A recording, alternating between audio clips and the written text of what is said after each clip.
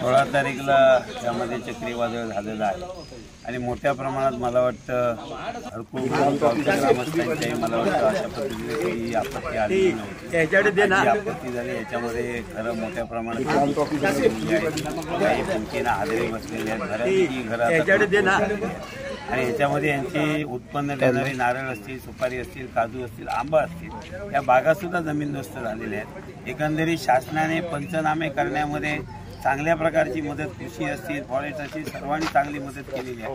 पण जी तातडीने या ठिकाणी जी मदत व्हायला पाहिजे ती झालेली नाही आहे। कालच आम्ही जिल्हाधिकाऱ्यांची या ठिकाणी भेट घेतलेली आहे। ज्या पद्धतीने चौकटे चक्रीवादळ जे झालं होतं त्याच्याही निकषापेक्षाही या ठिकाणी तुम्हाला जादाची नुकसान भरपाई द्यावी लागेल। आज धरती 30-30, 35-35, 40-40 वर्षी वयोमानाची झाडं आज उमळून पडलेली आहेत आणि एक उत्पन्नाचं साधन यांचं या ठिकाणी नष्ट झालेलं आहे आणि म्हणून शासनाने चौके चक्रीवादळाचे जे निकष आहेत त्याही पलीकडे जाऊन जादाचे निकष या ठिकाणी लावून एक तातडीची मदत यांना मोठ्या प्रमाणात करण्याची गरज आहे। त्यासाठी कलेक्टरांची आपण भेट घेतलेली आहे आणि निश्चित आज या ठिकाणी जिल्हा प्रमुख संदेश पारकर असतील यांनी आज भेट दिली आहे, आमदार वैभव नाईक यांनी दिलेली आहे, सन्माननीय खासदार राऊत साहेब यांनी तातडीने दूरध्वनीवरनं दिवसातून 2-3 वेळा चर्चा करतायत। यांच्याशी जिल्हाधिकाऱ्यांशी त्यांनी चर्चा केलेली आहे आणि आज जिल्हा शिवसेनेच्या वतीने चांगल्या प्रकारची या ठिकाणी पत्रे असतील, उद्या या ठिकाणी त्यांना 4000 कौलं सुद्धा या ठिकाणी येतील। आज 250 पत्रे या ठिकाणी आलेले आहेत।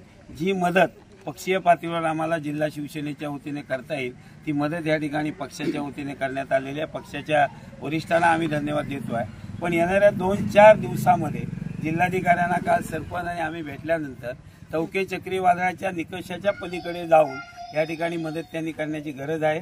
येणाऱ्या साधारण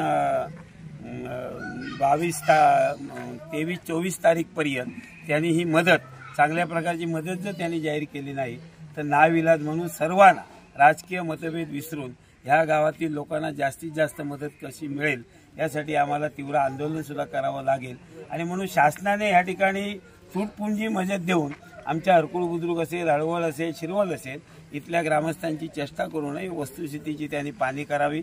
लोकांच्या मत्तीच्या भावना तीव्र आहेत आणि जी घरं आज त्यांनी दुरुस्त केलेली होती आज त्यांना ही दुरुस्त करणं कठीण आहे। काही बँकांचं कर्ज असेल, हात उसने पैसे घेऊन त्यांनी घरं दुरुस्ती केलेली, आता दुरुस्त करण्यासाठी त्यांच्याजवळ आर्थिक पाठबळ नाही आहे। प्रशासनाने पंच यादी करण्यापुरतं थांबू नये, तातडीने यांना पहिल्या टप्प्यात मदत करावी आणि दुसऱ्या टप्प्यामध्ये 24 तारीखच्या आत ठोस भूमिका किती मदत करणार आहोत हे त्यांनी जाहीर करावं आणि हे जर 24 तारीखपर्यंत त्यांनी जाहीर न केलं तर नाविलाज असतो या प्रकल्प म्हणजे जे ग्रस्त लोक जे आहेत यांना घेऊन आम्हाला आंदोलन करण्याशिवाय पर्याय नाही।